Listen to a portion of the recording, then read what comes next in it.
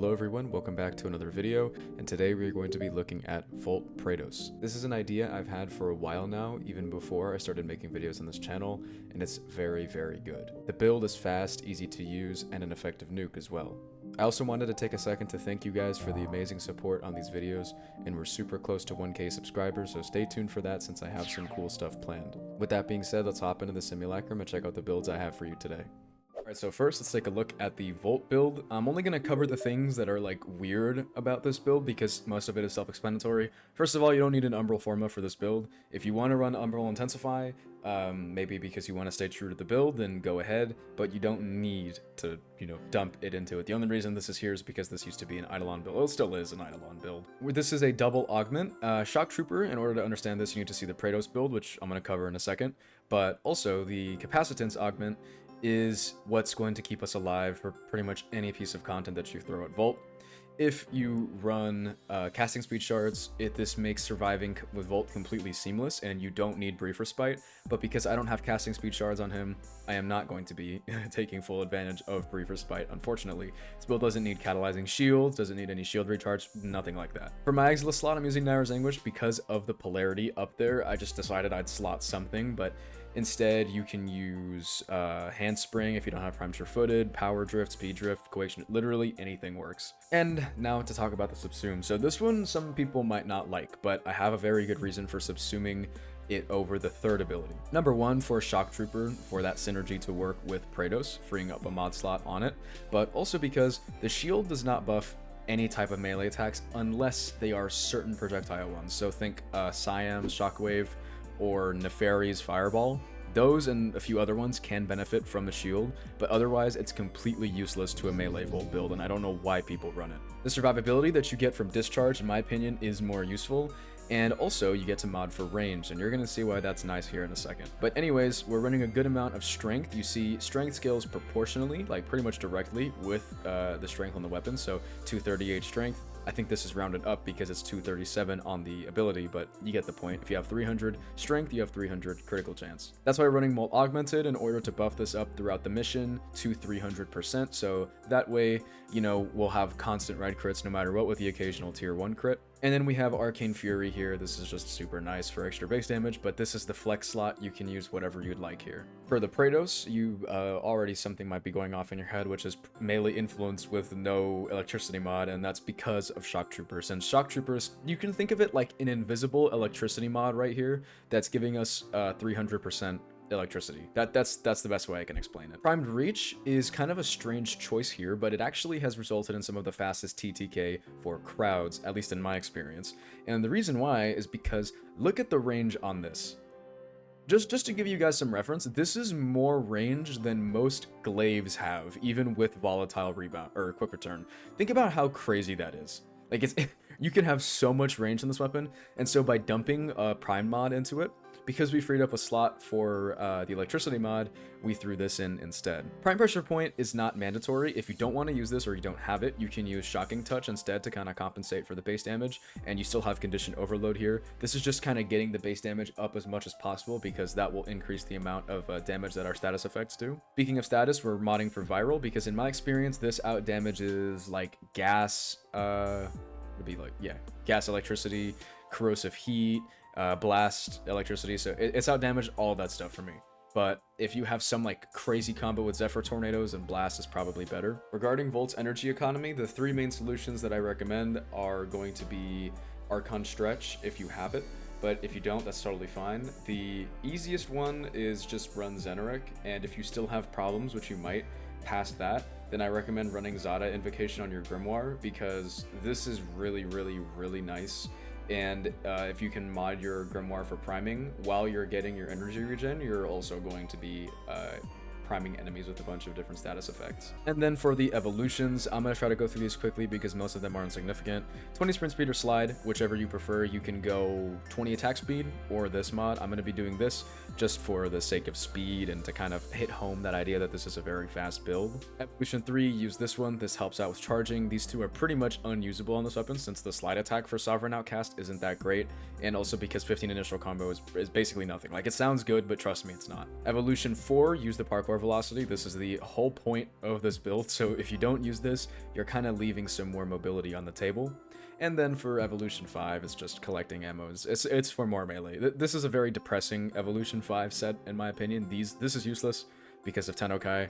This is useless because of Tennokai, so I don't know why you wouldn't use this. Enough talk, let's summon some enemies. So I'm going to be talking about the TTK and also the survivability.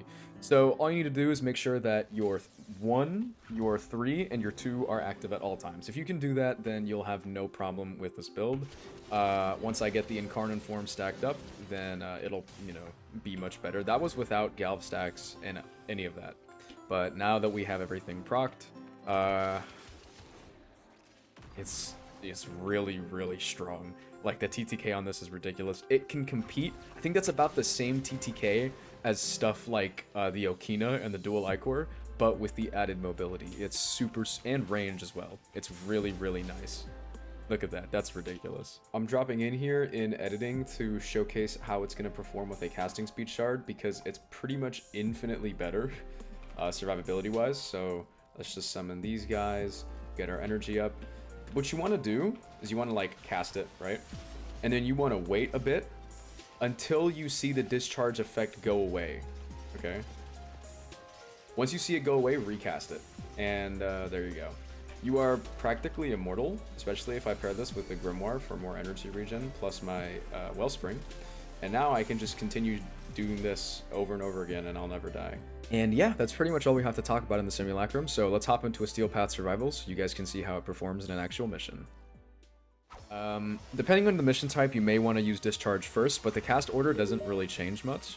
And so as you can see, we've got everything going now, and yeah, we can start killing. So it's imperative that you keep Shock Trooper up at all times, or else you're leaving a bunch of kills on the table.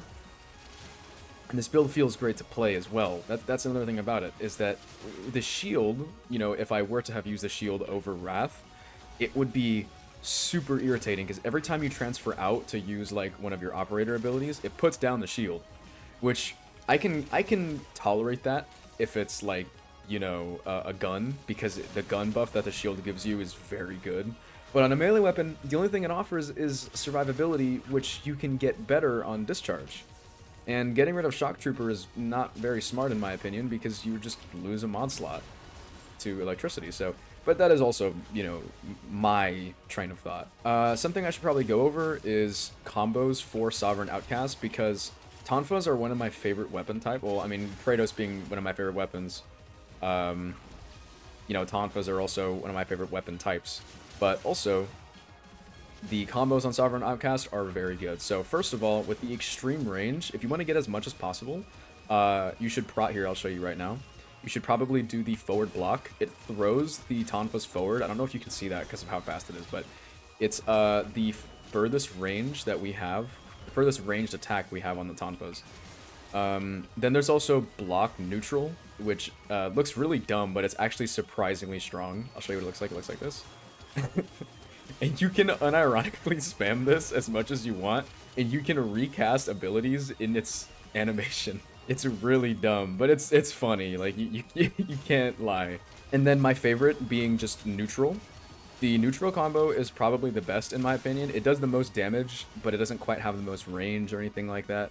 It's the easiest to do though, because all you have to do is hold E, or whatever your melee bind is. So on the topic of speed, you can see how just fast we go just like this, but to add another layer to your speed, I want you guys to just spam the hell out of Wrathful Advance. It depends on what you're doing. Because of how much range we're modding him for, it actually becomes a very viable speed ability, and you can outpace probably most of your friends with this because of how easy it is to use, assuming you know the tile set. If you don't know the tile set, probably not a good idea. If you take a look at Wrathful Advance in the top right there, you can see the 300% crit, well, basically 300% critical chance. This is guaranteed red crits with the chance of the occasional tier 4 crit. But anyways, let's see how this does in the Acolyte. I already know how it does, but you know, I want to create the sense of mystery for you, even though you already saw it in the intro. Wherever he decides to spawn.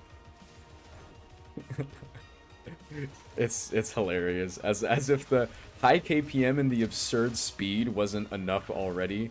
It just it just obliterates acolytes. It can obliterate most things, granted, but still, being able to kill acolytes that fast is very nice. And it's a bit better than like a one-tap centered build for acolytes, just primarily because it's so fast. Like with certain, like for glaives, you'd have to catch it and then rethrow it. But with this weapon, all you have to do is keep holding E. That's literally it. Or like once again, your melee attack. And yeah, that's pretty much gonna do it for me today. I really hope you guys enjoyed this video because this is one of my favorite builds ever, probably. It's super fun. Is that? Oh, you know what? It probably just got to his dialogue. Anyways, thank you guys so much for watching. This is a great build. I think that if you have Volt and you have the Praedos, just try it out. Like, you will not regret investing into this build. And yeah, that's gonna do it all from me. And I hope you guys enjoyed this video. I'll see you in the next one. Later.